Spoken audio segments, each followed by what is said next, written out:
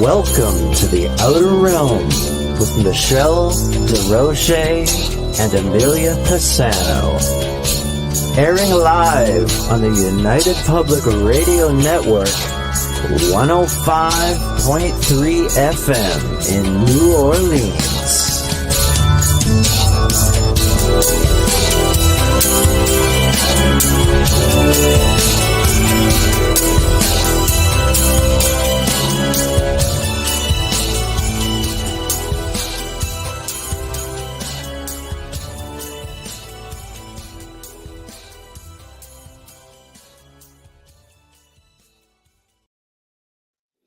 Hello, everyone. Good evening. Welcome to the Wednesday night segment of The Outer Realm. We are broadcasting live on the United Public Radio Network, UFO Paranormal Radio Network, 105.3 and 107.7 FM from the beautiful city of New Orleans. We are fully sponsored by the amazing people over at Folgers Coffee who have been a part of our journey since the very beginning. So thank you, Folgers. We appreciate you so very much. Also, big thank you to Dr. Snick, Justin Snicker, the sonic surgeon, for his sponsorship and contribution of his time, his music, and his voice for the intro and outro. He's an award-winning composer of Halloween, horror, sci-fi, and dark wave electronic music, which can be found anywhere that good music can be found. Also, big thank you to Steve McGinnis, the artist behind all of the artwork here at the Outer Realm. Big thank you to him. Check him out on Instagram and, of course, Facebook. He does a lot of commission pieces and has a lot of great horror pieces ready to go. So tonight, we welcome Philip Kinsella. And honestly, I've been waiting for this because, I think the book Sky Crash throughout time was fascinating, to say the least. But I think he had me at Reptilian. I just was like, what? I did not see that coming. I totally did not see that coming. Anyway, amongst other things. So you guys will be listening to this in record mode. So you'll have to just meet little old me in the chat room later on. And if you have any questions, sorry guys, put it in chat and Philip can check it out after the fact. All right.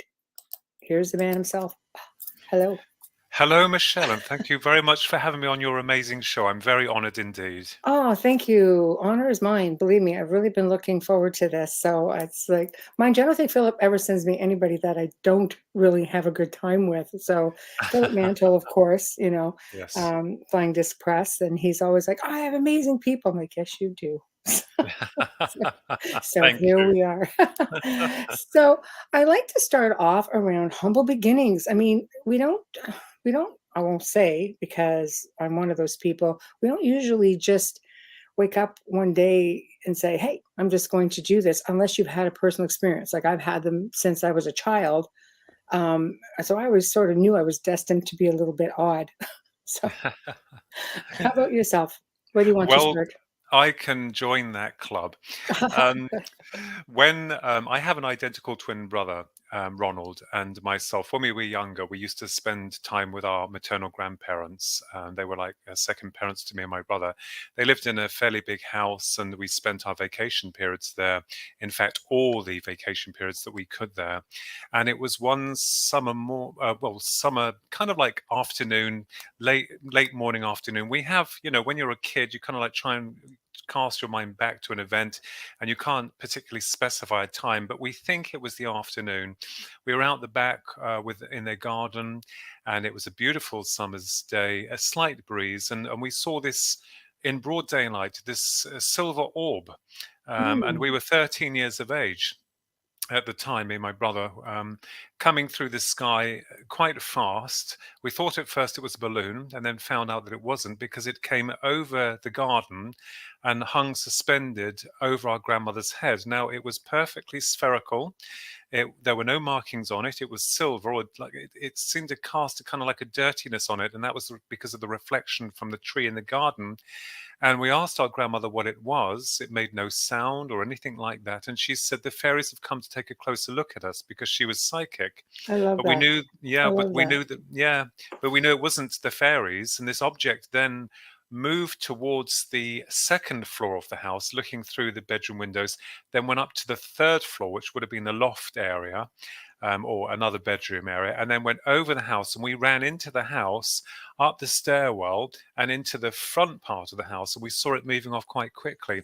That was the start of this areas of high strangeness. What really got me involved in this was that many years later, we lived in the village of Marston Mortain, 5 miles outside of Bedfordshire. And we lived in a big house in a cul-de-sac. And on one such occasion, I won't go into too much detail with it, Of course. and has been analyzed. There was what I could only describe as the viewing of a being that came through the glass to the doors. And in the early hours of the morning, I had what people refer to as an abduction, an alien abduction, and one that played out quite fantastically, but was also something that petrified the life out of me. And at the end result of that, I had been left with scars, nosebleeds to the right nostril, marks on my right arm, found it difficult to walk, and also an implement that years later had been discovered in my right ear, but not really treated, very strangely. So it was partly to do with what we would call the greys. And at that point within time, I had been 20 years of age, and I had no interest in aliens, but I wanted to find out what they were, what happened to me, why it happened. And this then led to me beginning to write about it, and I was credited, very honorably so, with an article that came out in 1996 called Spirits in a Material World, but which dealt with the abduction hypothesis, and certainly a model that I have been working on ever since to kind of like understand several theoretical areas of what the greys could possibly represent. So that, in a nutshell, is how I got involved in ufology. Wow. That's a big question, what the greys represent, because so many people are on the fence with that one. It's some people have phenomenal experiences. Other people are just like, no, I'm good. Like, Yes, yes, I had one yeah, show up right beside me. I was awake and I'm laying in bed. I'm going, so I'm feeling a little vulnerable. I just remember going, nope. I just turned it over. I was like, nope, I'm not doing this. But I'm sure it happened. But I just yeah. let me fall asleep. I don't care. But what are your thoughts on that? I mean, I wouldn't be sure if I wanted to get involved after having that sort of an experience. Yeah, well, it was rather because I'm very practical, I'm a very grounded individual. I'm very, very, very grounded, and I deal with Mm, no nonsense attitude. But in right. terms of the UFO subject and psychic realms, they are real. And what happened in 1996, when I had this article published in a magazine here that is now no longer available or published, called Alien Encounters, I had a download. I remembered Mm, in 1996 because the abduction happened in 1989, and for mm, years I've been trying to think about it. And this idea came into my head. Now, I know that there are a lot of people who have their own ideas about what the greys are, yeah. what they represent, where they come from. And this is the really murky area that we find ourselves, because you daren't have an opinion, because if Mhm. you do, then you're told, well, you're wrong. Well, I'm open to all forms of speculation, Mhm. every one of them. We don't know. But Right.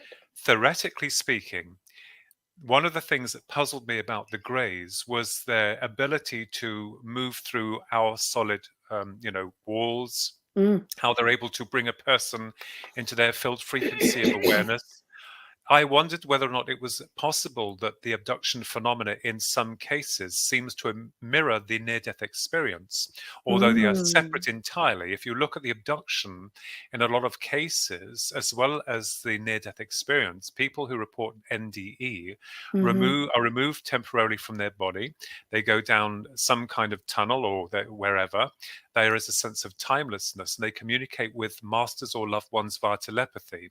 Yes. And if there is anything wrong with their material body, if it's diseased, in a lot of cases through the studies, when the individual has, or the soul of the individual has returned to its physical vehicle, they are healed, as though there's been some kind of correction with the soul, has been separated temporarily from and within a timeless state and from this physical plane. Now, the abduction scenario seems to mirror this in several ways. And I wondered why it was that these specters, the Greys, were interested in our not only physiology, but also in terms of reproduction. Now, why would a species which themselves cannot reproduce, why would they create a new genus, the hybrids? Now, I didn't see any hybrids in my abduction. I must make that clear. I did see several Greys, but I think that there are several possibilities. But I think now within the UFO Department of Studies, we have to now seriously consider alternative theories and not the old stagnant views that has kept us in chains for all these decades, because we still don't know what we're dealing with. But we have to understand that areas of the psyche, of survival evidence of consciousness, of the spirit world, of alternative dimensions must now be brought into the fray, because it feels to me as though these specters, who it's possible that they have cloned themselves out of existence, their birthright. And this is where a great deal of the models of the work that I've been dealing with has been addressing these issues. And as I said, they are merely theoretical in content. It does not state that this is what they are, because, unfortunately, within their UFO Department of Studies, there are many who will have their own ideas. But I always say be very careful, because we have to be open to all forms of speculation. I completely agree with you. I love your perception on all of that, because it just falls into the fact that many people believe, we say extraterrestrial. A lot of people believe that they're already here, or that they're dimensional, or, but let's face it. I mean, us from the future, I can see that. I can see that. Yes. And I mean, that's a real big one. I've leaned to that one personally. Like, I have no Yes. fear of them. Mind you, if I started, going into regression and getting some memories, I might get a little volatile about it. But, but I mean, I think that the ancients, I mean, let's just face it, the ancients emulate, you look at petroglyphs and things like that. There's a Mm, lot with the Greys. There's tombs that have been found. There's all kinds of information there. So we know they were a part of our past. Why is yes. it? Why is it? And where do you think that it changed? Where people in ancient civilizations were quite comfortable being around them, enough to emulate them and talk about them, and build things to them. And if they're going to put them in a tomb, like in Egypt, where they've found one or two, Yes. why would they revere them so much to go to that trouble? And then all of a sudden, our civilization's like, no. Yes, well, I think that a lot of that has to do with control from above, and I think that we're Yeah. finding that already with regards to, without going into too much detail, Yes, of because we course. will be here for months talking Oh, about yeah. this fascinating subject. But That's okay, there are Philip. You those. can come back many times. There seems to be a systematic control, a suppression of knowledge and information, Yes. and this is deliberate in order to subjugate our species. Now, it's interesting because going into the antediluvian cultures, most definitely, Yes. I am and always have believed that we were the infusion of some type of extraterrestrial modification. Agreed. That much I believe, Yes. and I think that there are varied models of extraterrestrials, as there are and have been varied models of man. Now, what's interesting, your question about us from the future, absolutely, there's every possibility, distinct possibility, that we evolve beyond the level of the hominid of what we represent today. And for all good reasons, because as a human species that we are today, we are very dangerous. And I think and feel this is why the system that we serve, that not always in our best interests, is now keen to know everything about what we're thinking, what we're doing. The Greys seem to operate as a one hive mind consciousness. We do not, and therefore I think this is what makes for us as a very unpredictable species. So, do we evolve into a more advanced model of what we really represent beyond this vehicle that we currently represent?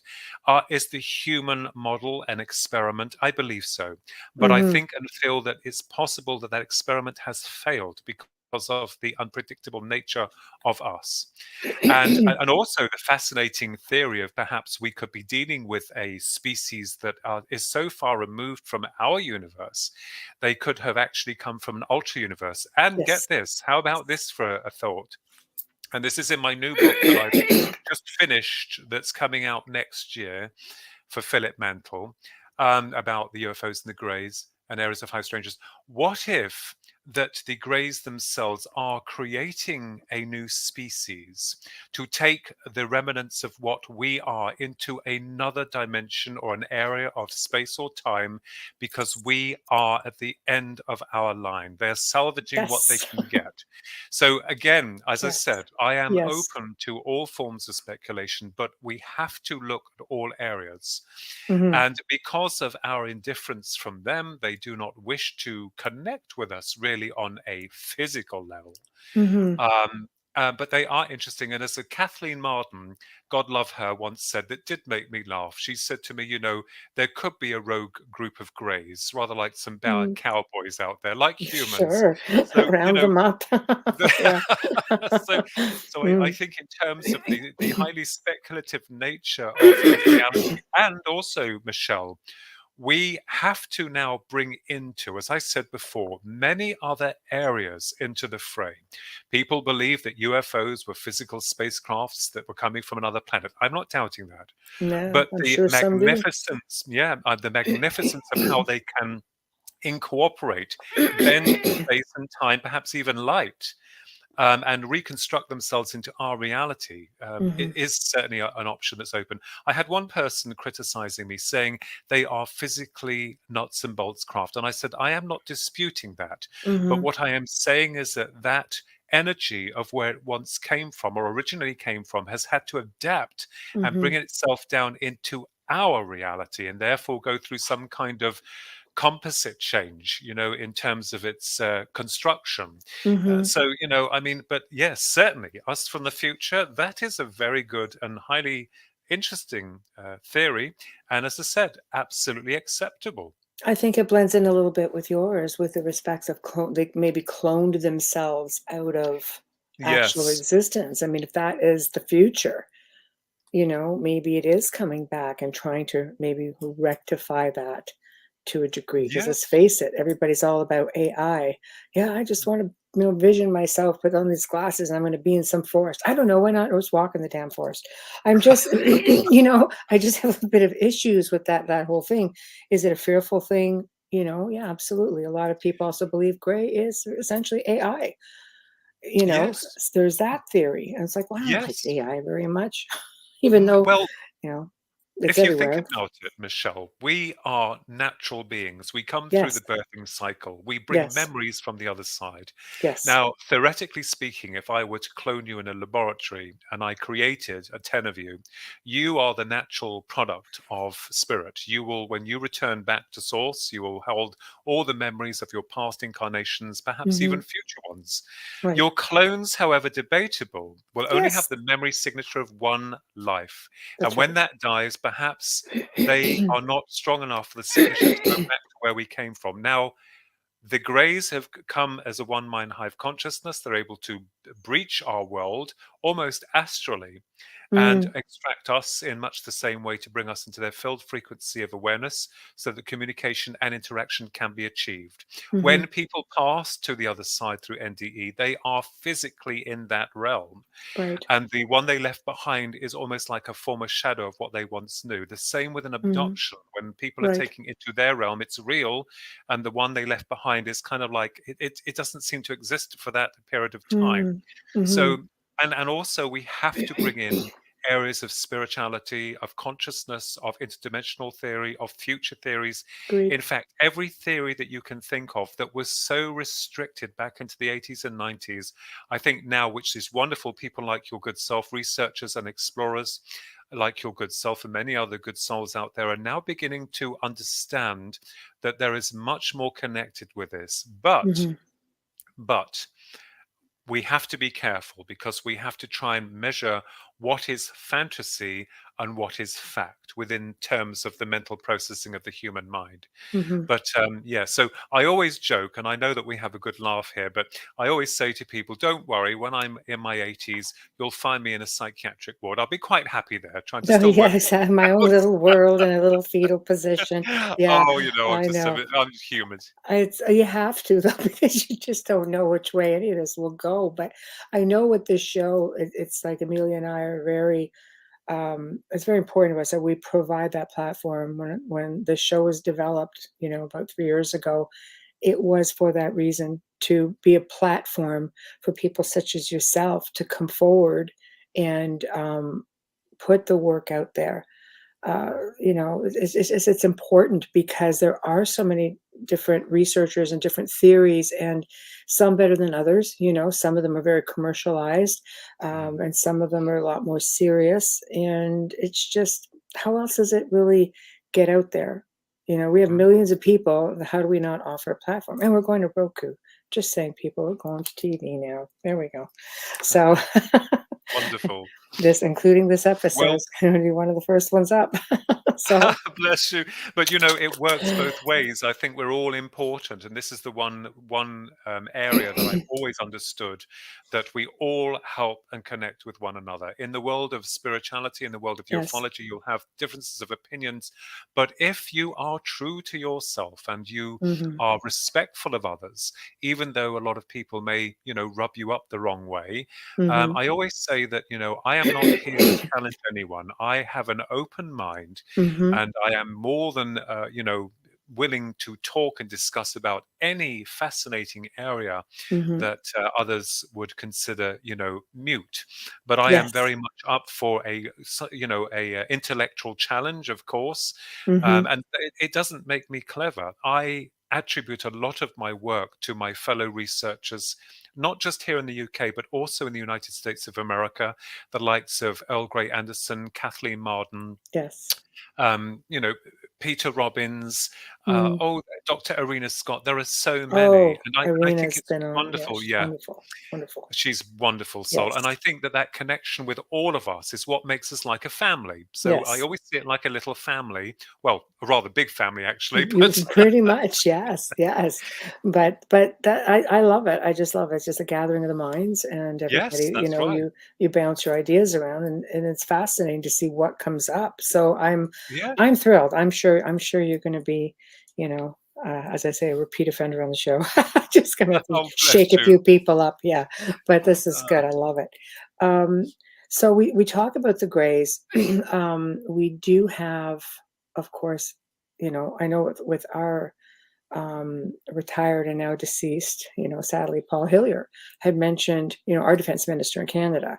We stream out of New Orleans. I'm actually Canadian, just saying. So, but mhm. he had mentioned, knowing about many different races of beings. Of course, that was hidden from the rest of the country or the world. This is something that only military or high levels of government seem to be made privy to.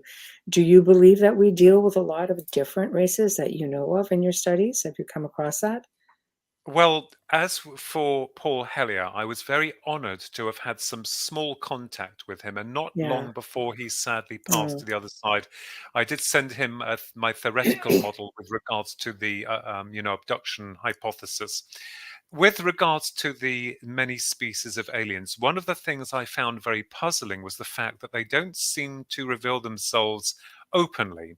No. No. Normally, when a individual is having what we call an experience with a UFO, when the UFO comes in, it seems to alter, both time and space, and then in some cases has a real connection or subjugates the individual on a psychic level, where interaction is then made possible. Hmm. So I think and feel that for me to begin with, it was very hard for me to accept that we had reptilians and we had greys, although I accept the greys, but not quite in the way that we would imagine them or Hollywood has envisioned them. Right. I think we're dealing with a species that's able to alter time and space and manifest themselves when and where they want. Yes. Um, It's a bit through intrusive. Yes, through central points of time, and also perhaps linking into the very core, the essence of the individual's mindset, coming Mm, in through the psychic realm, the pure consciousness of the individual, not the physical vehicle that hmm keeps us on this plane. So, with regards to these species, I'm not so sure. I have asked that question myself, Michelle. You ask a very good question. Is this only privy to the military establishments? And we've heard stories of these underground bases and tunnels, and some mm, people coming forward as witnesses saying they've seen the reptilians or whatever, hmm but they've never been forthcoming. And Right. I think and feel that the objects, the UFOs, are unquestionably real. They are there, they're here, but the occupants are very elusive. So we're not sure. I do remember one um, tale. Um, well, it was an experience that a guy in an army barracks had here in England, and it was all done through Paul Sinclair and his mate as well, who does a lot of filming on one of the series called "You Don't Mention the Reptilians," and there was a guy that saw a reptilian that was actually camouflaged like the Predator from the film The Predator. Okay, see, I've Um, seen things like that. I just don't know yeah, what that camouflage is. yeah. So Well, that some obviously. iridescent sort of Yeah, translucent thing, right? yeah. So Yeah, we don't know. I mean, this is yeah. why I think we look into the interdimensional hypothesis, but I do believe firmly that Mhm. many of them could be walking around us and we wouldn't even notice it. We wouldn't even recognize them. 100%, Absolutely. 100%. I am totally on board with that just because some of the experiences I've had. I've had Mm, some of the most ridiculous experiences, and I'm very public about it because I'm thinking, everybody says you should be public about those things because I've been in television for about 20 years, and they're like, people will listen and you should talk. I'm just like, sound like a freaking cuckoo bird though, but okay, I'll do it. you know, but I do it, and I just find more and more people gravitate to me and say, because I've only really come public with that in the last 2 years, 3 years. And now I've got all these people gravitating towards me, and they're like, no, I understand them. So it's like, okay, so I'm not totally cuckoo for Cocoa Puffs. no, I'm just no, pretty no, much not right by in any there. means. Okay. But it is definitely a fascinating journey. And it's fascinating to hear other people, guests such as yourself, or, sometimes it's the listeners, sometimes it's just people who've seen me on television who message me. And I don't even talk about UFOs. I only do it here on the show. Mhm. And it's unbelievable how many people now are coming forward because when you have something like this is like a cell phone, Mhm. um, it's not so easy to hide Mm. experiences anymore. Like you can't have the powers that be say, no, it's a weather balloon. Well, I don't think it is because I've got this. But God. with that also being said, I'm surprised that there are not more surfacing because of devices like this. Do you find in your Yes. research you're finding more, or you have people gravitating towards you, or with technology, we should be able to just capture them left, right, and center, but somehow we're not. Yeah, well, I think personally that the phenomena itself, or this singularity, has seems to advance in nature. If we go back into the old times where we were seeing dirigibles, and then of course Mhm, they turned into ghost rockets, and then of course into the classic flying saucers, and then the triangles. I think the intelligence behind this is morphed continuously, mhm, and it's interesting when you mention about the future, because what we have been seeing is nothing less than the future in right, terms of like us flying triangles and trying to get sources up there. I don't think they've quite done that yet, but right, right. dirigibles most definitely. So, is there some intelligence that's given us a push in the right direction, for us to evolve into a more technological species? My brother Mhm, suggests that perhaps even that the crashes, or the varied crashes that are in isolated areas, no doubt. My brother believes there's written about that perhaps that these intelligences have deliberately downed their craft in order for us to find the technology and reverse that, thus I could bringing us see into an that. AI technological world. I could actually see that. We should bring you guys on a show together. It would be a lot of fun to have Yeah. a collaboration. Oh, yeah, seriously. It would be a lot of fun. But I can see that. I mean, how many of these crafts that we see are not engineered crafts? There's Well, some yeah. researchers out there who don't believe that we're seeing as many actual, alien crafts as we are reverse engineered crafts. Because if you factor in all the, the governments in the world, everybody's got their hand in it, or even if only half did, that's still a pretty big odds, which would lend to, Ron's theory a little bit as well. So I don't Mm. know. It's Yeah, I think also that the phenomena is very intelligent. I think, it secretes itself. So where are the aliens? One of the articles I wrote not so long ago is, where are they? I mean, we know they're here, we know they're mm, around, but we can't film them, we can't capture them. There are a lot of dubious films, unfortunately, on YouTube, mm, sadly enough. But it is fascinating because, I believe that they are with us and among us, but they have advanced as well in mhm. terms of secreting themselves away from us, because they know that if they are revealed, we would just tear them apart, and we would literally. It's true. All, We're a really volatile race of yeah, beings, aren't we? yeah, and that's why you'll understand that UFOs are not always in close proximity to the individual, and Mhm. normally contact is done on a kind of safeguarded level Yes. where the subject is immobilized, Mhm. and I think that this says a lot. But Mhm. however, whichever way you look at this, rightfully or wrongfully, they obviously have their agenda. But we as a species, not you and I, but many Mhm. of those at the top have their own agenda as well, and there could be a war, or I love the X-Files when they said a silent war Mhm. occurring that the masses are Yeah. not aware of, because those at the top are very clever in Mhm. in turning the finger of doubt upon the inquiring mind and making it into something that it is not. Right. So, I think there's a lot of aspects that need to be covered, but the clarity, and there is no clarity because it's so unclear, and that's how the system likes it. Mhm. It's It doesn't true. want us to see transparency. No, it's true. It's true. Which brings us, of course, uh, to Sky Crash. Ah, yes. Da, Yes, da, Sky da. Crash. I know. Oh, controversial. Drum roll. I know. Yeah. I know. Um, I was just I didn't even know where to start when I just got reading all, because Rendlesham to me has always been fascinating. Always. Yes. There's just so much. I think, much like this side of the world being Roswell, I think that's where a lot of things change with Roswell, with not only awareness to a degree on a different level, but the level of control. And for you guys, it was Rendlesham.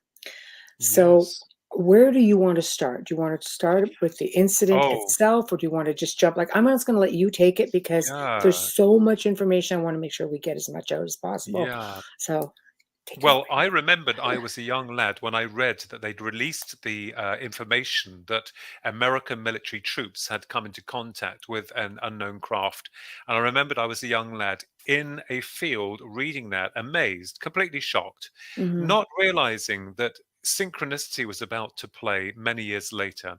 We all know about Rendlesham. We know about the 1980 event with the events over the Christmas period, the 3-night period with Hmm. Colonel Charles Holt. I have met him, had dinner with him, Hmm. and with my brother. He is a fine, sharp gentleman.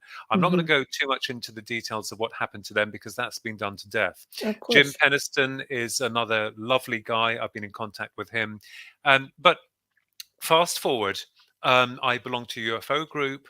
After 1996, when I had my article published in Alien Encounters, Hmm. or around about that time, and then we met Peter Robbins, and he said to me and my brother and Susan, a good friend of ours, "You've got to go to Rendlesham. You've got to go there and check it out. There's still a lot of strange activity happening out there." And so we did. And since that period of time, since the mid 90s through to 2000, we did our research there. Now, this is where it gets really spooky. When the events of Rendlesham were released, there were three ladies who wrote a book originally on the case called Hmm. Sky Crash: A Cosmic Conspiracy. That had been originally published by Neville Spearman in 1984. This blew open the lid to what was going on or had gone on at the base. Although, of course, like Roswell and other UFO Hmm. counterparts, things change with new information or information that should not have been, added rather Right. dubiously. Right. So they wrote this book, and one of the authors was Brenda Butler. And when Susan, Ronnie, and I had gone up to the forest, which is roughly around about a 2-hour drive from where we live here in Bedfordshire, not too far really, it's only a 2-hour drive. I remember getting out of the car in a beautiful forest, and we saw the base and everything, and it's not used anymore. And I said, I'd really like to meet Brenda Butler, not knowing where she was in the world. And when we did our exploits into the forest, we saw all this flashing of lights coming from a copse within the one of the forest areas. And I thought, like, is that a UFO? And of course, we realized that it wasn't. But as we got closer, we saw this gentleman and this lady and this big white German shepherd that were playing some music and using cameras to, capture some images. So we walked past them, and the lady was quite, hello, like this, hello. They're not sure what we're about. And I had this intense feeling to go back and speak to her. And when I did, I said, are you looking for the orbs? And the lady got up and said, yes. And she said, why? And I said, well, I was rather hoping I would meet Brenda Butler. She said, my dear, I am Brenda Butler. What are the chances of that? Synchronicities. I don't believe in Yeah. coincidence. But the forest itself, when we had made acquaintance with Brenda and her good friend, her male friend, they showed us on camera, video camera, this image of a grey, and they caught it, and it looked like it was camouflaged and moving through the forest. And they kept replaying and replaying it. I'm thinking to myself, well, why isn't this type of thing not on TV? You don't see this on TV. And they were very blasé about it. But of course, what I found out later was that Brenda Butler is actually the guardian of the forest. Not only was she the author of co-author, I should say, to Sky Crash: Cosmic Conspiracy, but also had been in that area for years. Wow. And she was no stranger to UFO activity and strange paranormal activity happening before and well after the 1980 event that occurred at Rendlesham. Wow. So and through our investigations, and I can assure you, my goodness me, one of them, for me, my brother and Susan, was so astonishing in detail with regards to the summoning of a UFO that happened on the 8th of June 1998 at exactly 10:15 p.m. at night, and within the area called Capel Green, which is just outside the forest. That was incredible. I mean, we had so many strange experiences, but the experiment itself clarified to a degree some form of conscious interaction from these intelligences beyond our realm.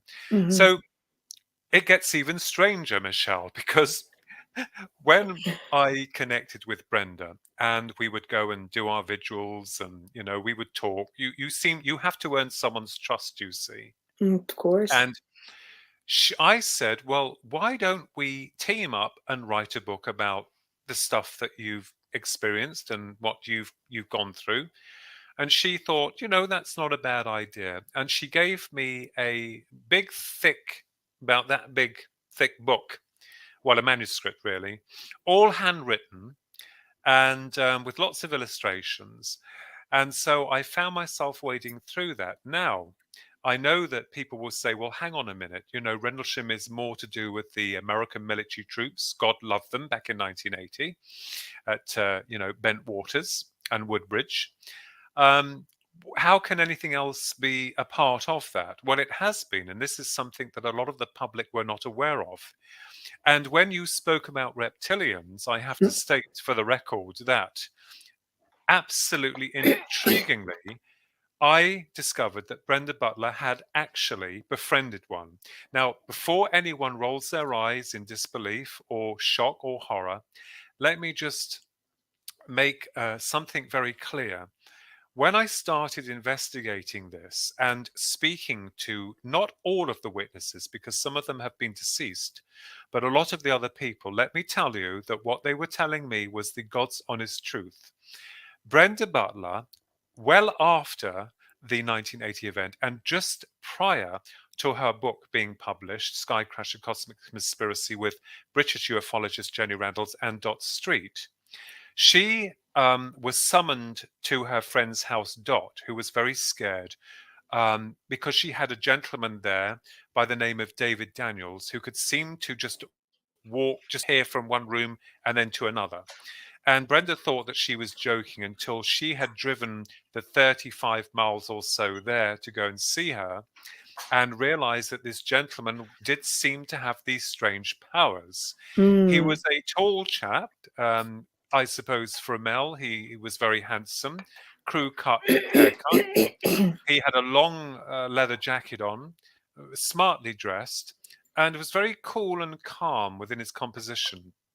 So this then led into a whole plethora of complexity where this David Daniels not only befriended Brenda Butler and revealed his true form to her, but also started to connect with higher officials, within our own British government and other top senior ufologists, not only here in England, but also in the United States of America Interesting. and Australia.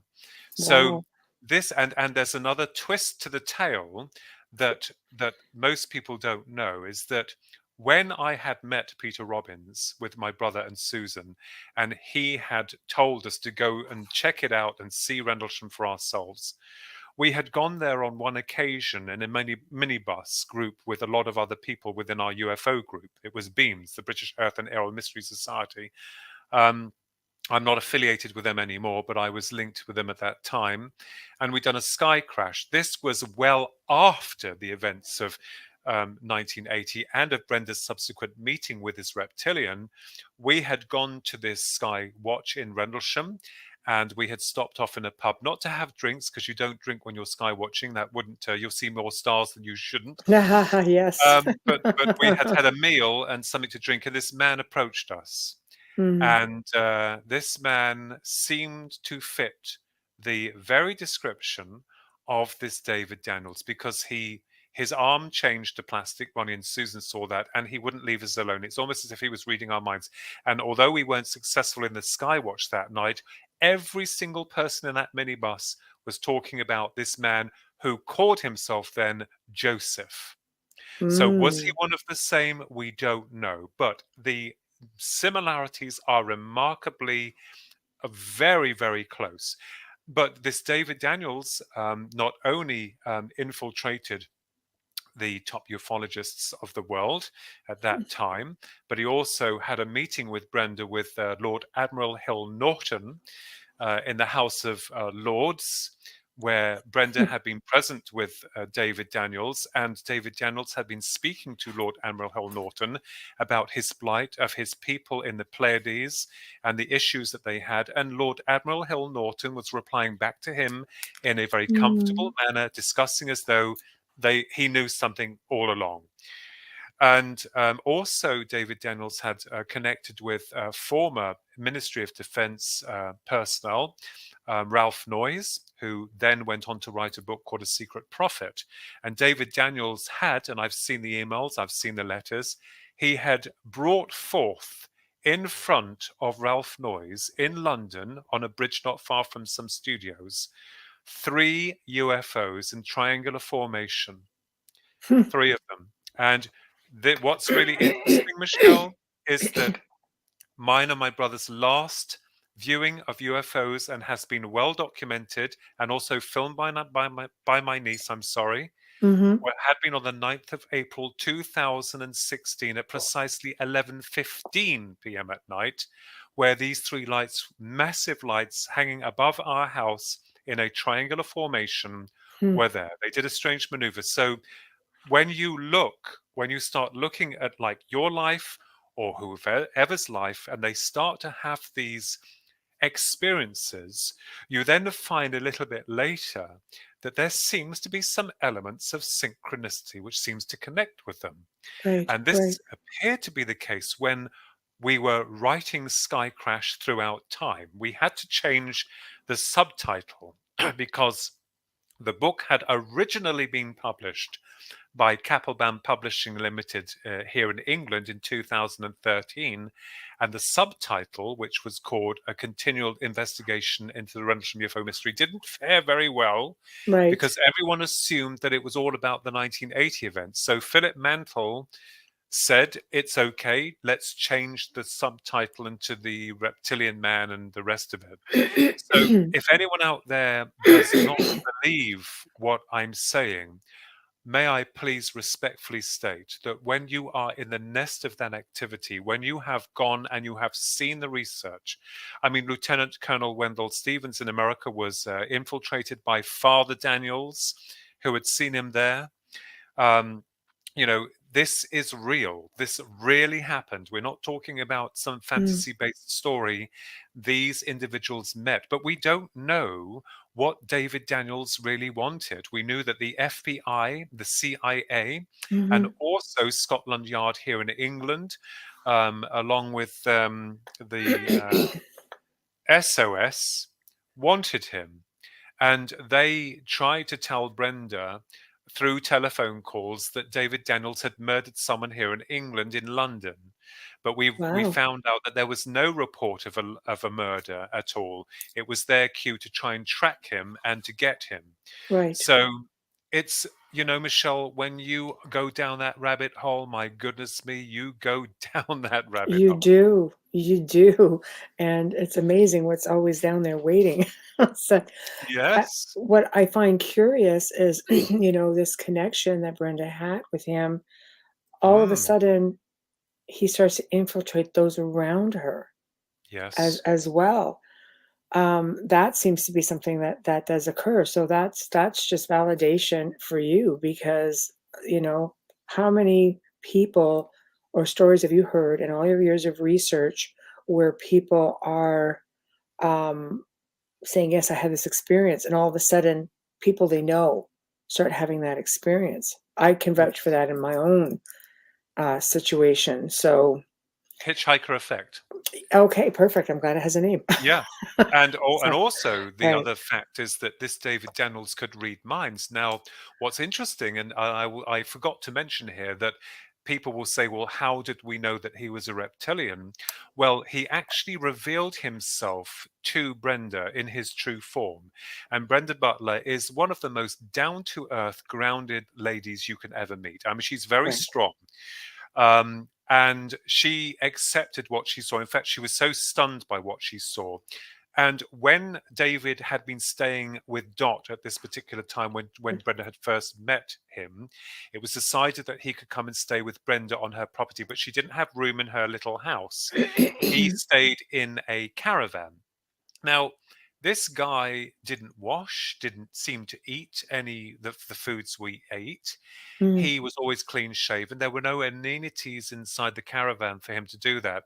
And he would never broke into Brenda's house at all. But one of the things that was quite humorous that I found from one of Brenda's ex-partners, Chris Pennington, was that he had painted this caravan, and when David Daniels had been in there, there was so much intense heat coming from the inside that it started to flake all of the paint on the outside. So, you know, bizarre. But in mm, terms of the collective, yes, Michelle, I agree with you. We don't know. But mhm, as you quite rightfully mentioned, it's possible that he was meeting these people to read their minds because he could read minds. And he mhm, demonstrated that over and over again. mhm, That's what shocked a lot of people that came into contact with him. mhm, But maybe he was trying to look for something. He said he was here on a mission and had come with some others of his crew. He said that his UFO or spacecraft was hidden somewhere, and that that more people would come, which they did. I mean, there was several females that did meet up with Brenda and started going on about this story about them coming from the Pleiades and all the rest of it, and that their people were in plight, that they were dying, and that they needed help. mm. But we're not sure what became of David Daniels. At the end, he just seemed to disappear. But there again, we feel that we had met the same person Just at a many different years, yeah, persona. Yes. correct, by the name of Joseph. See, my question with that is, um, you know, are we dealing with, you know, an individual from the Pleiades who's shapeshifting to reptilian? We know reptilians can shapeshift. So are we dealing with a reptilian individual who is shapeshifting as a Pleiadian Mm, in yes, we order don't know. Well, because I think you'd be looking at two different agendas. See, again, the Yes. whole reptilian, that's where people get funky. You know, Joe, a producer, owns one of the largest contactee abductee sites in the world. Almost 95,000 people come to him and just tell their stories. Mm. It's a website, you know, everything's out there. People can go and look. Um, some people have come forward and said they've had some of the best experiences with reptilians. They find them to just be very gentle, very forthcoming. Then you have the other side of the coin. It's like, yeah, nope. Just, you know, Yes. they don't feel the same way at all. It's sort Mm. of terrifying Yes. experiences for them, and they're affiliated with some of the Greys who give them terrifying experiences. Yes. So, in your opinion, do you even know who you were really dealing with? Well, I am as honest as they come, Michelle. Oh, No, we don't have an IO2. What we yeah, do know, yeah, however, is that David Daniels, had met with some of Brenda's friends, right, and these friends had been involved in a very famous UFO case. Um, was it the Avery UFO case, something like that? Well, anyway, John Day, one of the main contactees within this UFO case that was very famous here in England, did not get on with David Daniels when they met, and this row, this argument ensued about them both recognizing each other from past lives, oh, geez, from other star systems. This is not science fiction. This is what oh, happened. that's Brenda crazy. could not, yeah, Brenda Yeah, could not understand what was going on, and she had never seen David Daniels in such a state. But it appeared that this guy, John Day, who's mm-hmm. like your regular guy that had this Right, UFO experience and with his family, and right, it was well documented. Immediately upon David Daniels, it's almost as if they would have killed one another, because they were sworn enemies from two different factions, from two different species, from a mm-hmm. world not here.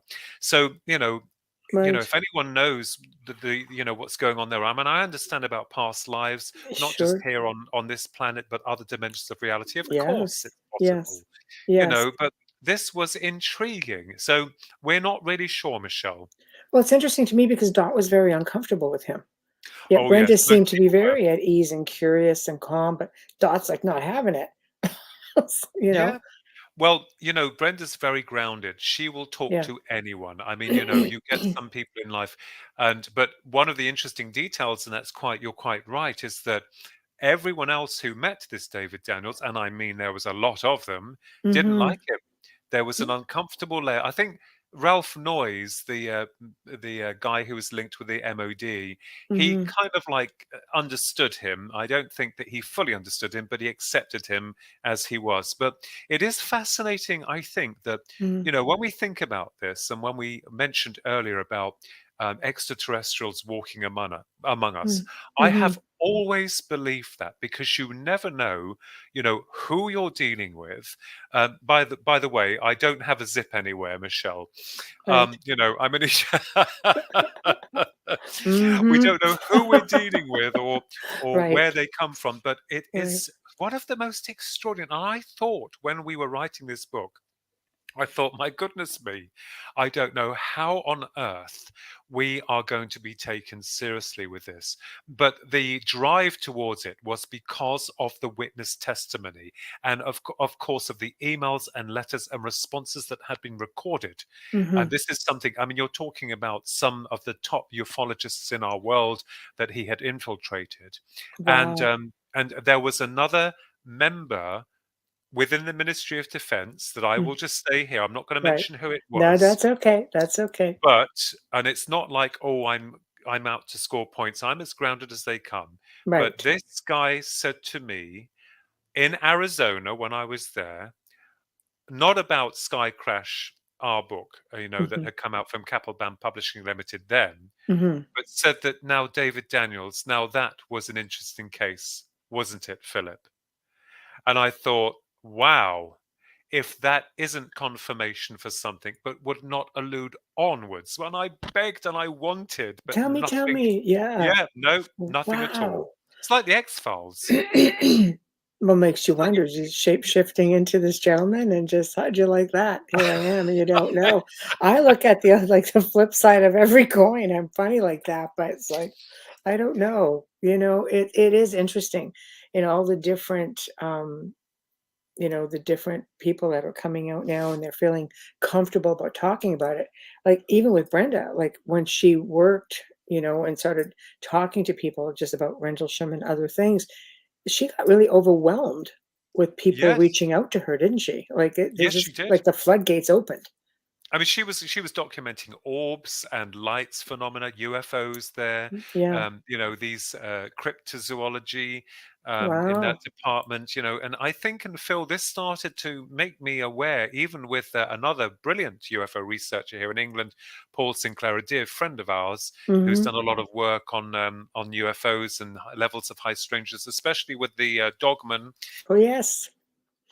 Finds that there are centralized areas, core areas, where contact with these UFOs seems to promote these levels of high strangeness. And this is where now I've been taking my research, such as it is, into these new areas of contemplation. Portals, interdimensional openings. Yes. One things that people once considered as poo-poo are now taking very seriously, because we Yes. understand, and I have always accepted gateways or stargates as Yes. a way for not only interdimensionals to come through, but also in terms of the ancients and with regards to the soul, Mhm. Absolutely. consciousness. There's power spots all over this planet. Oh yes, You and this is somebody would have figured out how to use them by now, well, I you think know? the system we serve, Michelle, has done its damnedest to subjugate the Yes. subject. I will just Yes. state here, in terms of disclosure, forget it. I think at the moment, the way that I see it is Mm. those echelons at the top kind of have some idea of what we're dealing with, but cannot tell the public, because they have forcibly programmed the public into a docile way of thinking. Thankfully, not you or me or many other Mhm. people who are woken souls, Mhm. but a lot of people won't be able to deal with it. Oh, by the way, there are intelligences that can just open a portal and come through, and that we've lied about humanity's past. We've lied about the history of most of what's been going on, but we Mhm. still want to pull the wool over your eyes, and you know, They have to concede at some point, because again, with, I mean, maybe this is why they're working so hard on censorship, because people now are able to visit these places with petroglyphs and go to mm, these monuments in Peru, and they're seeing things for themselves. They're researching it for themselves.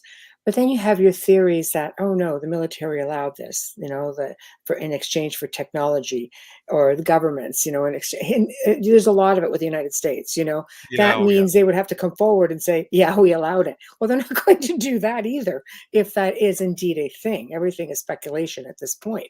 There's always one side to every story, and whatever's the oh truth in the yes, middle, right? So, yes, but so they have to admit, yes, we've known about it. Yes, we've kept you in the dark. Yes, we've changed your history.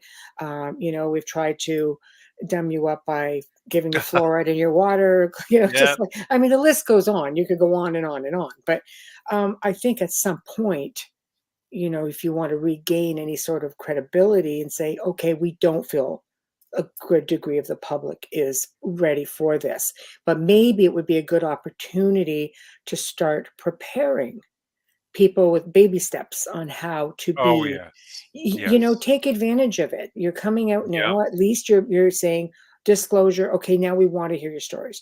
Now we want to hear our military or our Air Force. We want to hear your story without it backlashing on you. I mean, some of the other countries in the world have been doing this for ages. oh yes, Um, absolutely, so now you have other countries coming on board saying, like the US being one of the last, saying, okay, we're good now. NASA's involved, saying, yep, we got a program going on. It's just like China's like, yeah, we got a program going on. It's yes, becoming a thing. Why yeah. not? Or I'll pose it as a question.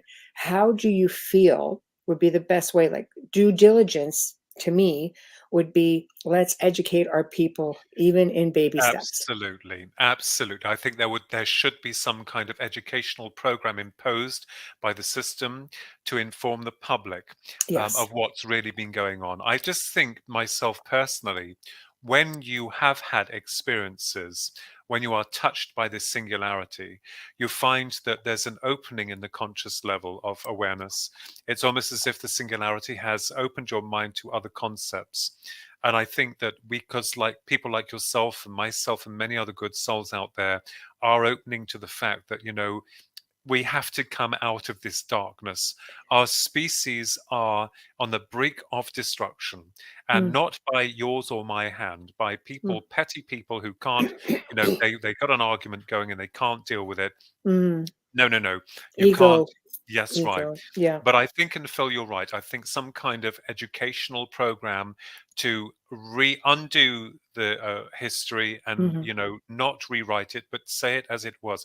I mean, if you go back to the past and to the ancient Sumerian, and Akkadian texts and all that type Yes. of thing, you'll Yes. find, as you know, that the cradle of life appears to show that we had been created by extraterrestrials, what we would call extraterrestrials, but we would see as gods.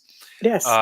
And it's interesting when you said that in certain epochs things seem to go awry, we seem to go backwards, and then Yes. a lot of that information or forbidden knowledge has been secreted from us. And so we've got to another stage within our human evolution where once again we are now moving into a radical technological age, which makes it far easier to control human perception. So I agree with you. yeah. So, where I know that this is going a little bit beyond. No, that's Sky okay. We Crash. like that when that happens. We eventually make our way back. But yeah. Well, I Yes. think we're all trying to do that, Michelle, and trying to get ourselves back to where we started in Yes. terms of the very beginning of all that is. But I think that one of the things I'm very blessed with and very fascinated with is meeting these extraordinary souls and and who have had also their own unique experiences, as you yourself have done, Michelle, and all the other people, the many people that are connected with you and affiliated with you. I think that when you start looking into something, and this is what I did with Sky Crash, and you start to really dig, not just taking something at face value, but researching it, which I would do anyway. Right. It was fascinating, but I still thought to myself, well, most people would throw that book to the wall because all they want is the original 1980 event. But we had also, Susan, Rod, and I, been hassled by military helicopters when we were doing our experiments in the forest, coming down at low level just above the trees to try and flush us out of the forest. And I must state here that the forest is not restricted for the public, but these military helicopters would come down, even to the point where it's all in Sky Crash, where we had Susan and I, that is, Ronnie didn't come with us at this point, been in this field area, and there was light activity coming to the left, and there was a military helicopter that was coming down to the ground. And I remembered my stomach dropping because I thought, my God, you can see the pilots. Are they going to come out and arrest us? We hadn't done anything wrong, but we're trying to show them the light over there, but they weren't interested. They were just hovering, looking at us. So how would they know if it's not a restricted area? How would they know you guys are subjects of interest? Well, I don't know, and even to the point, yeah, absolutely. And as God is my witness, there was another point where we set up base, which was not far from Capel Green, where a lot of activity seemed to occur. Susan, Ronnie, and myself were there again. We were called the Scooby-Doo gang, although we needed a few more to make up that gang. But when we had left our blanket, we normally leave a blanket on the ground to put our, bags on, your rucksacks. We had carried coffee and sandwiches. I used to smoke then, so I used to have a fag outside. Well, it was outside. I'm sorry, forgive me. Have a fag. But on this occasion, we had left that blanket and took our rucksacks for no more than 20 minutes. When we had come back, a very disturbing event had started to unfold because someone, or perhaps something, had left on the blanket, on it, a dead rat and a dead rabbit. And in a perfect circle, so that the tail of the rabbit was on the rat's nose. So it was in a circle. They were dead. They were fresh. That was Mm, disturbing. that Someone had been there in less than 20 minutes and placed them there, killed them mm, and placed them. They were that's fresh. terrible. We don't That's know if there was terrible. some kind of symbology associated with it, or Mm, we realized at that point we were being watched, but we don't know why. We were with three relatively unimportant individuals. Just, exactly. anyone would not even realize what we were doing. Hmm. Why? We don't know. A lot of strange things happened there, Michelle. Really bizarre. Exactly. That, I mean, the fact that this is an unrestricted area, anybody and everybody can go there, and all of a Oh, sudden yes. you've got a Black Ops helicopter right over your head, Yeah. Oh, and on more trying than to, one occasion. Yeah. yes, and trying to deter you from the area. Yes. That would lead me to think, just, and not even knowing anything about, let's say, UFOs or Rendlesham or anything like that. That would lead me to think that there's something there they don't want you to see. Yes, and as I said, these areas promote levels of high strangeness. We even Sure. realized that there was rumbling coming from beneath the ground. Um, Oh. oh yes, oh Do you think yes. do you think there would be a base underground? There has been rumor, but Yeah, that curious. cannot be substantiated. And as I said, I've Right. spoken with It's some other theory. researchers. Yeah, that's Yeah. right. We don't know. We Yeah. don't know. Right, right. Well, I know we have stories like that up here in some of our large provincial Yes, parks. They believe yes. that that's the situation. So it's like, okay, I'll send you an interesting picture after the show, and I'll explain where it comes from, and you're going to be kind of going.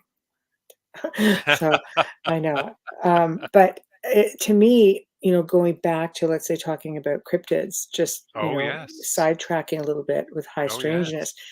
We had a gentleman on the show, you may or may not know him, called Ron Morehouse, and he spent 50 years researching like Bigfoot, Hmm. but quantum, from a quantum level, because orbs often show up when Yes. he's around.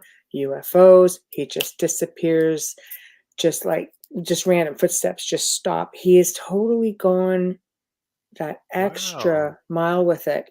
I can connect you if you ever want to, to talk to somebody about that level. Because when you mentioned your friend, I would love to speak with somebody with the dog man whole incident. Oh, Paul Sinclair. Oh Yes, yes. yes, that Yes. would, to me, would be fascinating. But he did Bigfoot after 50 years of research, and tied in all of these different things, and it makes you wonder. It's exactly what you're talking about, you Yes. know? And also, if you think about within cryptozoology, especially with regards to the fascinating cases of the dogman, one of Yes, the interesting and highly speculative, conditions that surround that is that most people report glowing eyes. Now, yes. we know that any mammal on this planet or any animal does not have glowing eyes. And No. I have always considered that the phenomena itself seems to morph. A lot of people here, as in the case of some areas of your amazing national forests out there, where a lot of mysterious activity occurs. Mm, I've read and read and read a lot of cases where sounds are heard before the arrival of these beasts, and that yes. the fear that is felt from them is incredible. Not always, not in all cases with Mm, the Sasquatch, but right, certainly with the dogman.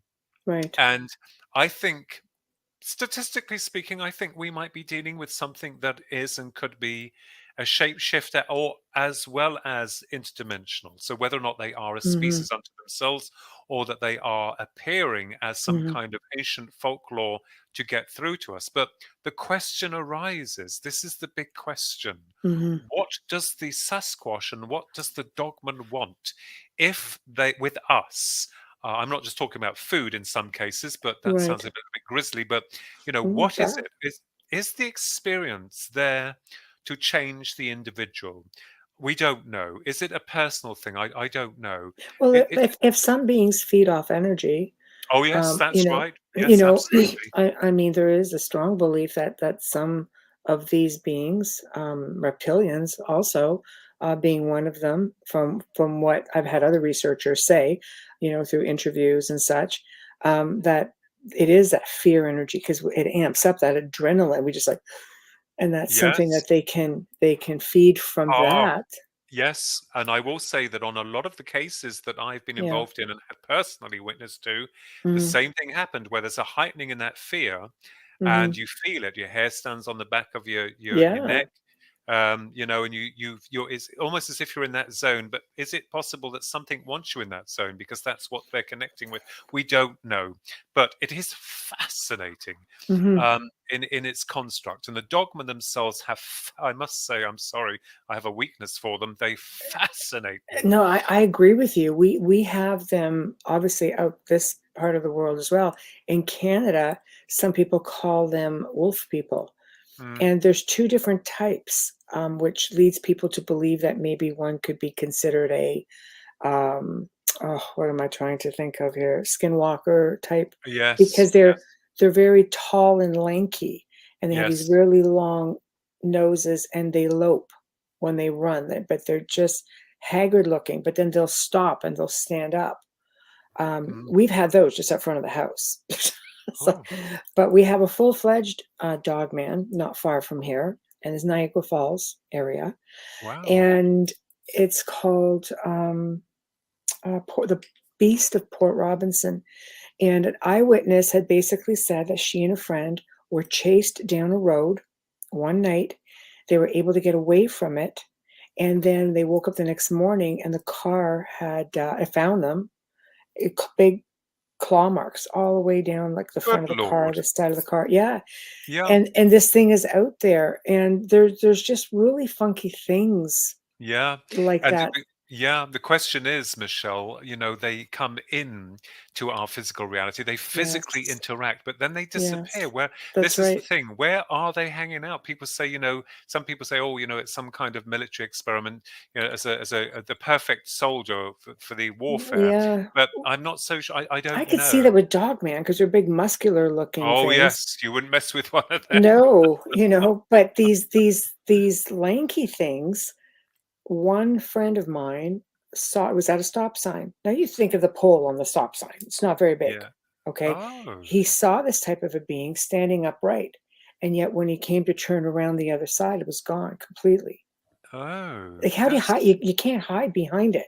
There's just, like, mm, nowhere to go, you that's know? weird, isn't It it? is really weird, and Well, in this is why we're here. yes, exactly. It fascinates me as well. The first story I ever heard was from a woman. She says, "When I was Wow. young, probably about 2 hours from here," she goes, "My grandmother always said, 'Don't go near the forest.' They were on a farm." She goes, "Don't go walk along the forest. That's where the wolf people live." And she's like, Oh, "Okay." She goes, "When I was about 16, I was walking part way out through the acreage, and there was like about 50 acres, whatever, 100 acres. She made her way through like a good chunk of them. She goes, I just spent like the whole morning walking. And then I looked on the edge of the tree line and there were five beings. She goes, four or five beings. She goes, and they were wolves and they were walking upright. oh my lord! That that would actually have me running the opposite direction. I think that would, even though you'd be fascinated to It's study and look, it's um, true, but but you there just again, it's yeah, folklore. Like the grandmother always said, no, they're there. They leave you yeah, alone. Just don't go out there. And it's also a ah, very active area. But yeah, it's always fascinating to me because there's so many different stories of different cryptids. I look at Loch Ness as being another one. They can never find her. They can just like, no, nothing in this loch can sustain an animal that big. Probably because it's coming through a portal. I don't know. that's right, Flopping exactly. around back and forth. Yeah, But logical explanation, if you ask me, you know, like they're all over the world, like these yeah, these beings just surface up in the water. People see them. People are starting to now get photographs, but they're just gone because mhm, a lake that size or a loch that size could not sustain them unless there was a way underwater caves. Let's face it, not everything is mhm, explored. But mhm, the Loch Ness, they've really explored quite a bit. They claim there's no tunnels underneath there, or there's no way of coming mhm, in from the ocean, at least not anymore. mhm, So I don't know, but that sort of stuff really does fascinate me because if they are dimensional, it's intriguing because It's Portals, why here? energy portals. Yes, It could be yes, a disturbance. There is also yes, the concept of UFOs when they come in. Is it possible that they are distorting so much of the yes, space and that creates some kind of opening from other portals or dimensional yes. areas that seep through to our realm? Because a lot of times when these orbs are seen or UFOs are seen, there's a lot of paranormal activity that occurs that is not in any way linked to the UFO sighting, although we assume. But Mm-hmm. so I think that, looking at it and where we have within the past in Yes. like little boxes, what we're doing now is we're trying to infuse connections between one and the other. And I Mm-hmm. think this may offer us perhaps a few golden nuggets in understanding what it is that we could be. Mm-hmm. I understand why Sasquatch separate, Dogman separate, UFO Yes. separate. I totally get it. I understand why, because you get the experts. Well, no one's an actual expert, but you know Exactly. what I Yeah. mean, in endearment, Exactly. Yeah. an expert looking into that area Mm-hmm. to understand what they're about.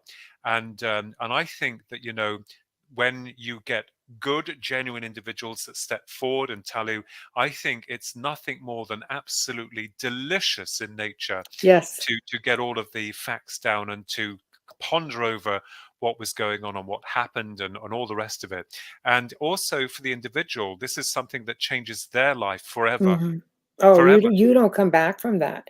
Nope. And I'm going to leave that hanging for 1 second. I have to do a sponsor station ID. Okay. So for those who are just tuning in, you are listening to The Outer Realm. And I, of course, I'm Michelle Drochet. We're here with Philip Kinsella. And God, if you guys are just tuning in, go to the archive because you've been missing all the good stuff. We still have a little bit more time left where we'll put in some more juicy stuff for you. We are, again, fully sponsored by Folgers Coffee, who have been with us since day one. Thank you, Folgers. Big thank you to Dr. Snick, Justin Snicker, for your award-winning music that you have loaned to us with your voice for our intro and outro. Big thank you to Steve McGinnis. Big newsflash, guys. Find us on Roku. United Public Radio, UFO Paranormal, now has a Roku channel. So this is going to be good for all of our listeners, all you millions of people listening. Go check out Roku. And of course, this will be wonderful for our guests. So thank you very much for tuning in. We appreciate you all so very much. Okay, I wanted to touch on a couple of things. I want to get to the paranormal. Yes. They do blend, don't they? Oh, yes. As a paranormal researcher, which is where I basically started, like 20 years ago, just because I've been gifted my whole life. So you just sort of, you fall into it. And they really go hand in hand, because there are many times where I thought, oh God, I've got this attachment. Something is just sort of always there, But I also started remembering back to my grandfather's fascination with the stars, things that were happening to members of my family. We're all negative blood types. People say, oh God, that's alien. I'm like, okay, well, that's all us then. Darn it. Here we go. But if you fall into that sort of stuff as well. But researching the paranormal, and I've helped thousands of people throughout the last 20 years. Just, I'm a big believer in mindset, and you can conquer anything, just changing the mindset and researching and assisting and educating people. And I started finding that at least half of those people who thought they were having what would have been considered just, poltergeist activity. Again, you try to delicately say, okay, how do I do this? And send them a link to psychokinesis. Do you see yourself in this at all? Because, not everything is labeled, like not everything Yeah. is people think that's a demon or a big reptilian. I don't know. But either way, I just started realizing half of those people were contactees, abductees, perhaps experiencers, to say like minimal. Yes. Yeah. Do you find those Yes, I do. connections? And Yeah. it happened to me. I mean, Okay. when I first had the experience with the UFO, the orb, with our maternal grandmother, with my twin brother, Yes. all those years ago, and then finding through memory that things had happened much earlier in our life, and then Right. going forward to the abduction in 1989, and then to the revelation of the theoretical content, which is theory only, in 1996, then going forward then when going to see a medium that used to work for the FBI in America on cold soul cases, who brought my maternal grandmother through, and then being involved with the psychic realm for God knows how many years, even still to this day, there seems to be connection links with regards to not just UFOs or aliens, as we call them, or cryptids. There is definitely a psychic part, a conscious part, a part of what we call the paranormal. Yes. Now, when mediums see lights around people, I see them. I see them not through peripheral vision, but directly. Right. And I make no bones about it. They come in different colors. We don't know what the colors mean. Right. But UFOs also come with lights, but are more overpowering. So I believe that the psychic part, those lights are very different from the lights emanating from a UFO. But these lights, these orbs, seem to be responsible in opening or creating changes within not only the environment, but also in the configuration of what's coming through them. Right. So, so if I have a big blue orb going through my house, what should I be concerned about? Because we have paranormal experiences here. The house is haunted. And we also have a lot of extraterrestrial experiences here. Yeah. It depends how you feel from it. I think what you get, as we know that in the very famous Skinwalker Ranch, weren't they the blue lights and the red lights that made people feel terrible? Yes. And I think that it depends how you will react, because it's energy, and your energy will react to that energy. And if you don't like it, you want to get the hell out of there. Or if you feel that you're very connected with it, this is the thing. What we don't understand, a lot of people don't understand, is that we are soul consciousness operating in a body, a physical body that's dependable upon this environment for a certain amount of time. It does lack in some areas, unfortunately. Right. Well, in this case, it was just Wayne going, "Oh, I just saw a big blue orb go behind you." I'm like, "Oh, but I did still anything come out of it? No, okay." No. But I see the lights, Michelle, and this is the thing, the spirit lights. I've seen the UFO lights, but and it fascinates me, because I'm thinking, well, is that an opening? Is that the consciousness of the individual? Is this some other dimension? Most people will say, "Oh, I've got it worked out," and I was saying, "No, hang on just a minute. You haven't got it worked out." Because even, a lot of people say, well, it's this or it's that. It's good to speculate, but we don't. But it is there. It is there. And these lights are operating with no electrical switch. They just come in and go out. Yes. It is fascinating. It is. It is fascinating. Light anomalies, on average, to me, fascinate me. And again, I see the connection. Even with scientists, like with sleep paralysis, the paranormal says, "Oh no, that's the Hag syndrome." Science is like, "No, that's just this hits you a certain time of your life." And then when you have the abductions and things like that, and then they include, lights. And I mean, I can't tell you how many times a big flash of light has torn through this house. And that window shake, and it goes through the house, pops out the other window. This house has walls that are 3 feet thick.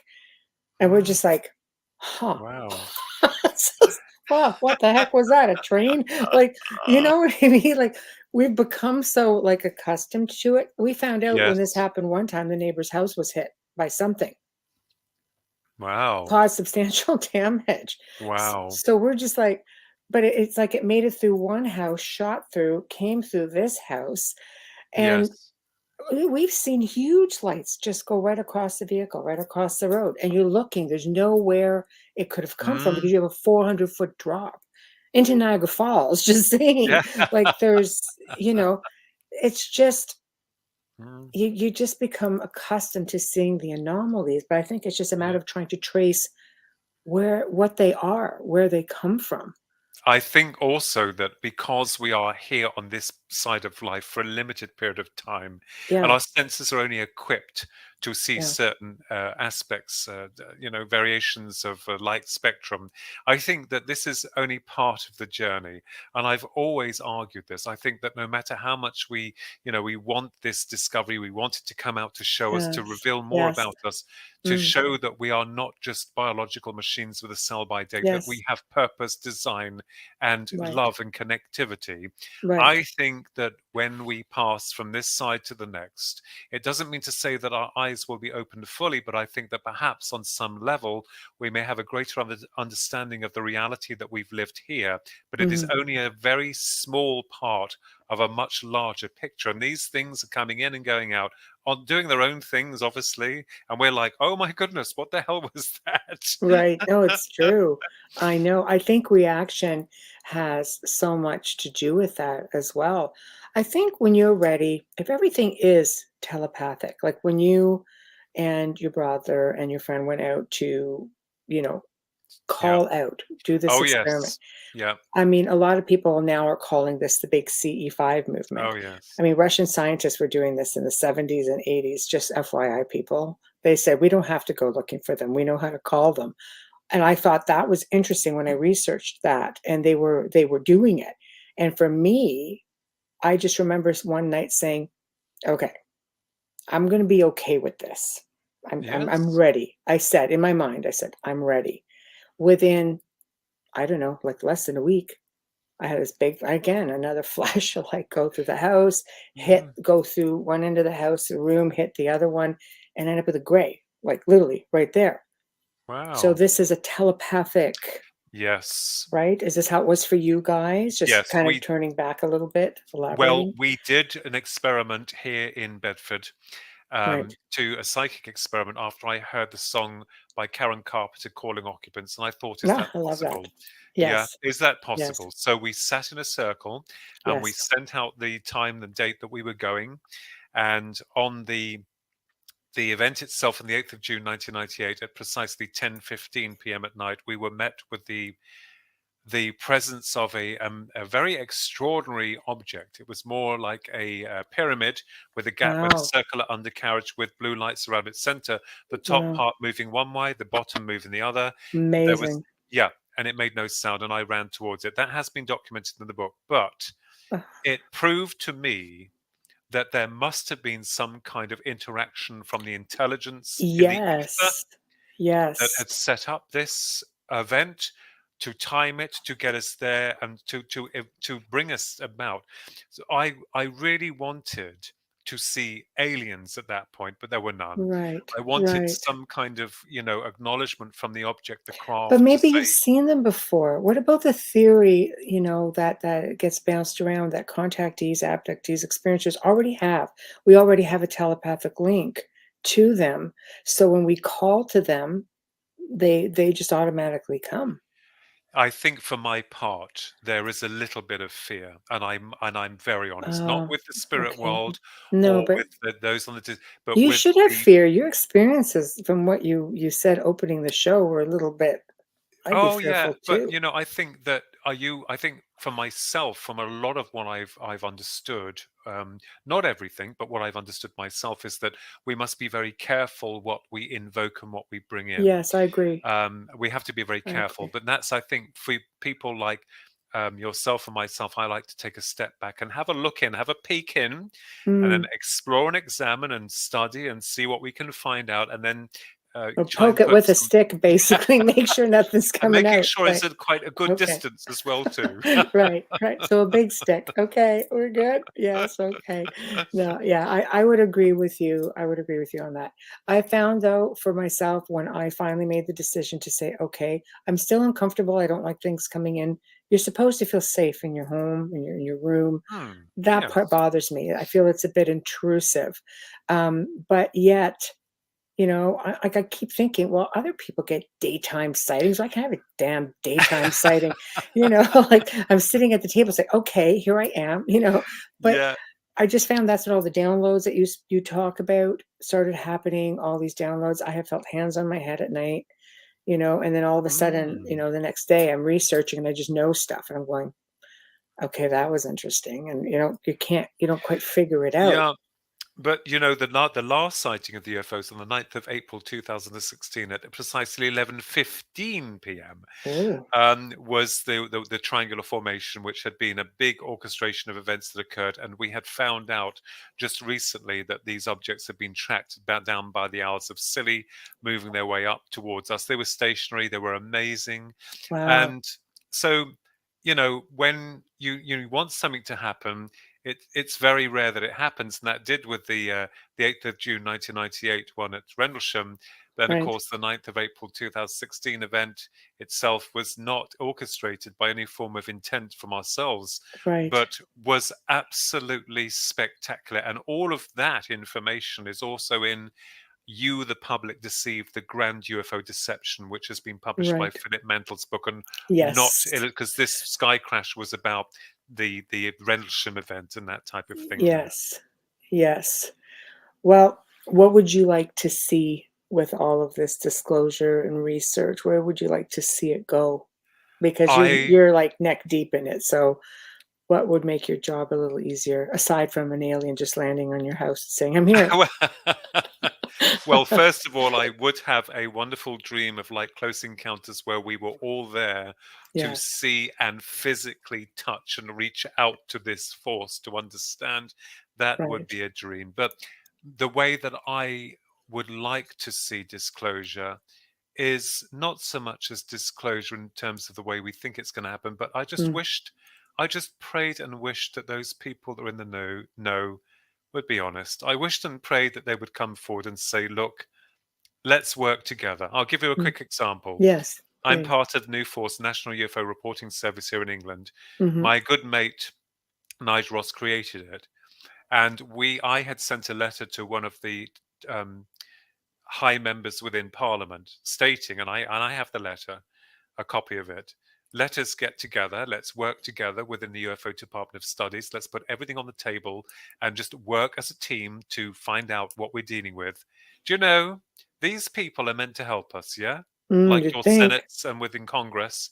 Mhm. Got nothing back. Complete No. silence. You should have wrote to Prince Philip when he was Oh, still alive. He was so into this stuff. he He'd was have very much, probably, yeah, he yeah. would have spearheaded it. Well, John Hanson, ex-CID, he's wrote Haunted Skies. He used to send a copy of his UFO books to Prince Philip, and he I had love them. that. The prince had them, but they won't. The royal family wouldn't bless them. God love them. They wouldn't really talk about their No, of interests course or not. things like that. Of course. It's It not like always that. happens when you pass away. "Oh, yeah, he was big in it." You're thinking, "Come on. This would have been really Oh awesome." yeah, no, You yeah, know? yeah. It's like it's too late. Damn, I Of missed the course. bus. I know.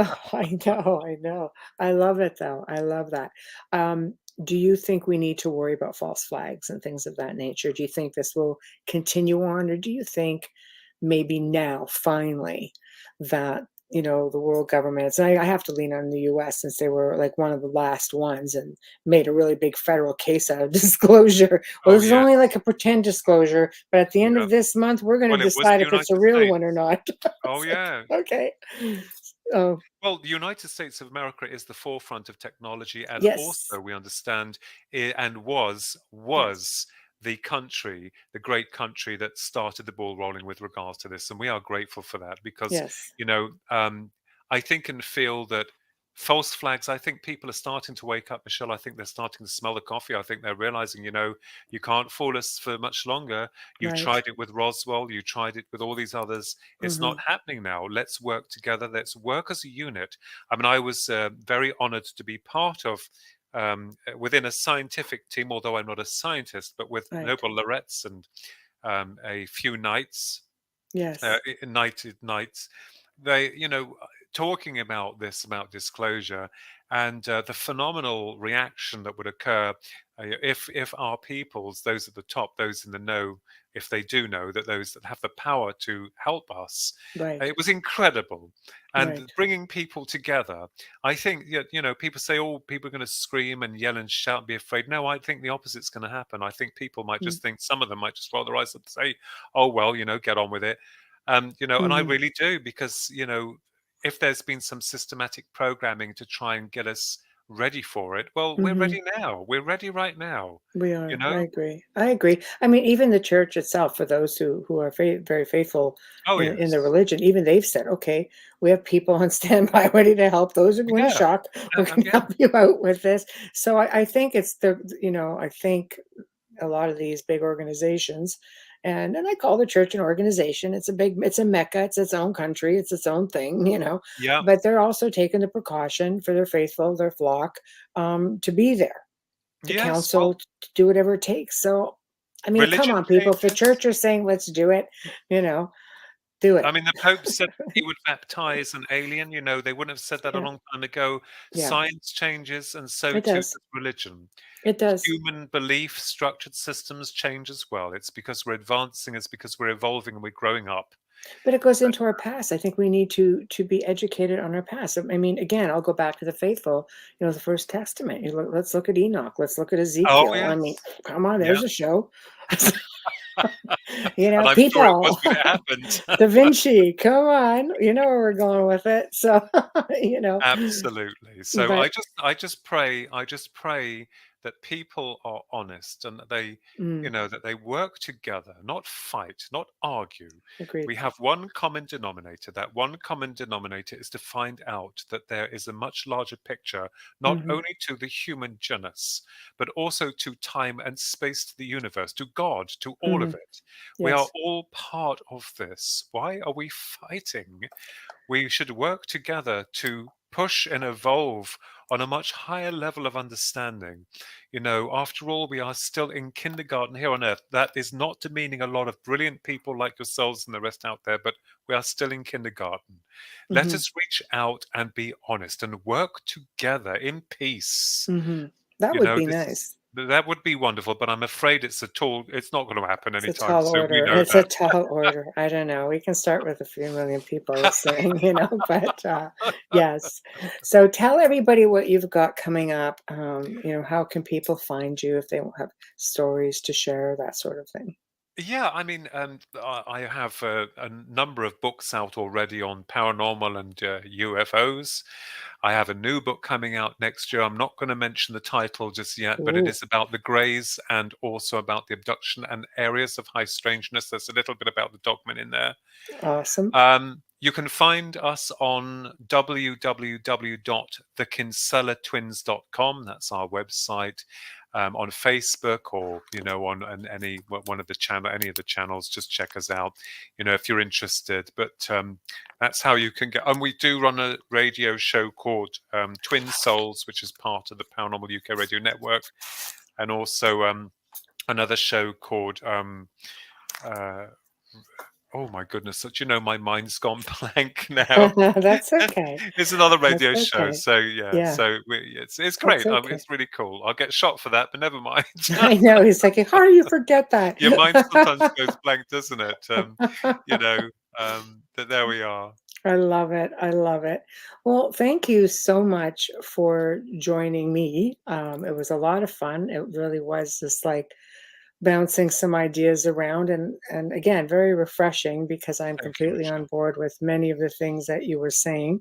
And Yes, always nice to hear somebody else come out with the same thing. It's always yes. great. But this of course will air this evening, prime time, and you will hear from me after that. And I'll give you listenership numbers. It's always quite exciting once all the servers roll in and like that many people listen. So, yes. Yes. Well, I have to thank you so much for inviting me on your wonderful program, and also Thank you. for discussing some interesting, highly speculative areas within ufology and also elements of the paranormal. We're still looking, we're still searching, and we are, none the wiser, but at least we can think outside the box. I agree with you 100%. 100%. So in closing, I'm going to sign us off. So again, everyone, thank you for tuning in to The Outer Realm. We are at the end of another fantastic segment. Big thank you to Philip Kinsella. Just a wealth of information and really, really good information, guys. Check out the book, which is called, and maybe Philip can tell us where we can find it, but it's called Sky Crash. Look at that. I'm reading it. I'm reading it. I didn't even get it. Sky Crash throughout time. Oh, Gosh, yeah. been a day. It's been a day. Oh, and I forgot my own radio show, so don't worry about it. We're I'm both glad the it's same. not just me, but you have an No, excuse. It's later for you than it is for me right yeah. now. So, Where can they find the book and all your well, books? it's advertised in magazines, and you can also get it on Amazon as Kindle, as audio, as paperback, and hardback as well. So yeah, you can get it there. Excellent. There you go, people. You can go find it. Don't listen to me blubbering on. Anyway, big thank you to our sponsors, being Folgers Coffee, Dr. Snick, Justin Snickers, Steve McGinnis. Thank you. Thank you to all who, wherever you're watching, please subscribe, like, follow, whatever the case may be. Tomorrow night, I will be connecting up with my very good friend and fellow TV personality, Jack Kenna. Check him out. Y'all love him. Y'all know him. So he started this with me. He's going to come on and just guest host and be on the show with me. So guys, have a good night and we'll see you tomorrow. Good night. And thank you, Philip. Thank you very